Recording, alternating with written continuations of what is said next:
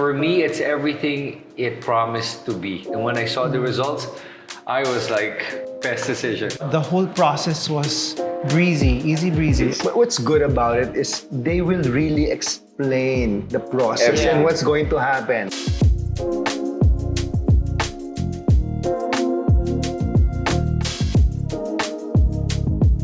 Hi, I'm Kristan. I'm Robby Carmona. And I'm Niccolo Cosme. Are we ready for the questions? So we have Let's- questions here that we're gonna pick. Me first? Yes. What does the phrase own your roots mean to you personally? And how do you feel it reflects your hair journey? So own your roots is basically embracing yourself, your real self. I mentioned this earlier, it's owning your problem. And it's the only way that you can find the solution. When you love yourself, you just don't love the perfection. So you Right. love every bit of yourself, you know? Your curves, your hair loss, your whichever. Taking control, Yeah. not being a victim. So it's an empowering statement. It's saying that, hey, do you have a problem? You can look for a solution. And the great thing is there is a solution because most men, di ba, at a certain point, you kind of give up and you just say, oh, I'm gonna have hair loss, I'm just gonna shave my head.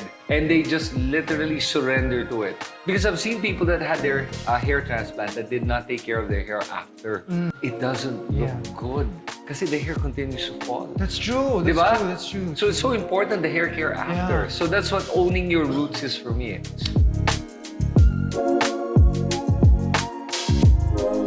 All right, I'll do the next one. Here we go. Tingnan natin, eh. If your hair could talk, what do you think would it say before and after the treatment at Clinique de Paris? It would probably say, please take care of my hair. I am so nervous. I don't know what to do. Is this really going to work? After the treatment, thank God it works. Every day I say this. I look in the mirror and I say, wow, I'm having a bad hair day. Before the transplant, sabihin niya sa akin, huy, tigilan mo na yung pagkukonceal. Oh! Kasi I conceal it and I have to wear crap. I just don't feel great getting out of the house without having to do anything with it. No? Then after, sabihin niya, ba't ngayon lang? Sana sooner. Kumanta, bakit Well, ngayon ngayon ka lang dumating sa buhay ko? Before the procedure, he would scold me and say, stop hoarding hair powders! Oh! But now, sabi niya, pogi mo. So, you're hot again. You're back to 25. You look younger too.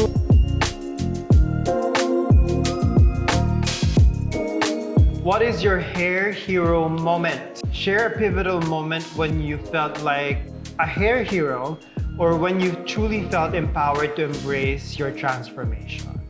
When I get to inspire other people like you and many more, no, to do the same procedure that I did, which is the DHI or direct hair implantation.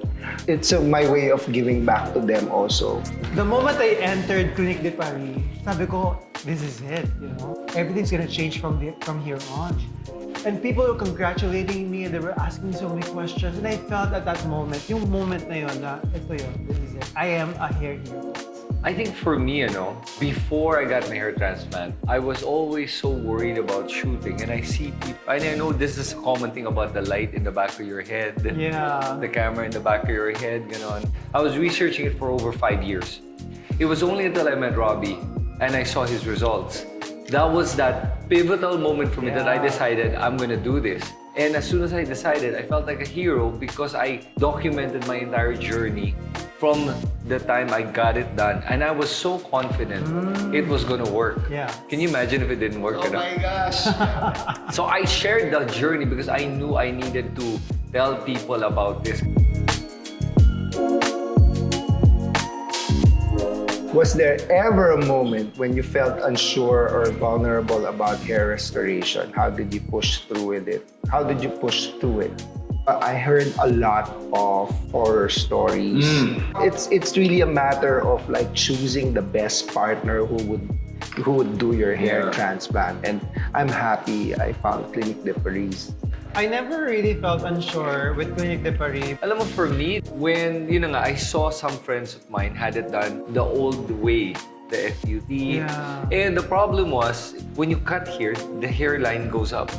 It looks weird. Oh, because Kasi they're pulling Right. pulling the scalp. Eh. Right. I didn't think of that. Yeah, so your hairline goes up, so it's not natural. Yeah. When I found out they had the DHI method, Yeah. that was the one that convinced me because I did not want the old method where they do an incision, put the hair follicle, because that takes longer to heal. It's a bigger wound. Eh. What I loved about Clinique de Paris, they really made you feel so comfortable because it is such a big decision that you needed somebody to literally hold your hand and say, okay, this is gonna happen, this is gonna happen. And they gave you text messages, landmark moment, they'll tell you. Email, everything. Yeah. And you have a hotline. Parang if you have a concern, text them.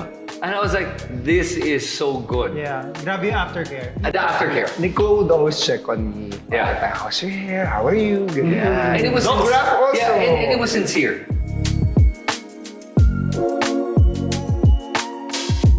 Okay, this one's good. Breaking stigma. How do you think our society views hair restoration today? And what role do you think hair heroes can play in changing the perspective? I think society before had such a big stigma of people calling them panot, making fun of people that are bald, or if you get a hair transplant, you're too vain. Men don't get hair transplants, maybe women do. I think now, like what we do, sharing this, breaks the stigma. And now men are not afraid to get a hair transplant. They're embracing it and they're saying, yeah, let's go and get it done. When I did the first procedure, should I keep it a secret? Kasi yun nga, people would talk about it. Right. Am I ready or not? And I said, this is my way of sharing it to everyone who needs it, who wants to do it, but they're so afraid. Break the stigma. Let them know it's okay. We're lucky that we are in an era wherein it's more acceptable now. Yes. It's more talked about, spoken about. The stigma comes from different aspects. No? Meron din yung parang, gumastos pa, ganyan. Hindi nila na-appreciate yung self-love. This is self-love. It is. Eh. We do this for ourselves more than anything. I Yes. think because more people are also coming up front to talk about it. Yep. And I think that's the key. But people talk about it, it becomes normal. Yeah. Oh, by the I way, there's know. more Ay, questions. meron pa? Just kidding. Wow! So just Meron Ano ba naman yan? Ito yung the photo, so you can open it one by One one. Oh by my God. Not to it, yeah. I have this folder with the pictures. These are before and after pictures. Okay. And I cut my own hair. That time, this time. You were this time. cutting it because No, nga it because was high. there's no point going to the barber shop. hindi na makuha yung gusto mo. Wala naman ako kailangan gupitin eh. Ganun yun. You become vulnerable. Yeah. And you're faced with so many people in the barber shop. Or Yes. unless I go to a stylist and then you're in a VIP room, right? If I go to Rochelle or whoever. I remember when your hair is wet, you're always like, okay, dry it up right away. So, fix mo siya agad. Ayun, kaya mo na yung shh. Di ba? Oo. Let my hair. So this is how thin it was before. For me, after the hair transplant, when I went back to the same barber, I remember, he goes, ang ganda ng hair mo, sabi niya. Wala sinabi na kinakalbo. And that was the first time I felt like, so oh, wow. Wait, Robby, when was this? When was the photo taken? So, ito yung hairline. Binaba pa yan. Binaba pa yung hairline ko. So, imagine, ito yon dati. Yeah. Kita na yung ano ko. It's nice. So, inayos siya. I really like fixing my hair. So, when I was experiencing losing my hair, I couldn't fix it the way I wanted it. Thank you po. Thank you. Thank you. Thank Thank you. you. Yeah, Thank you.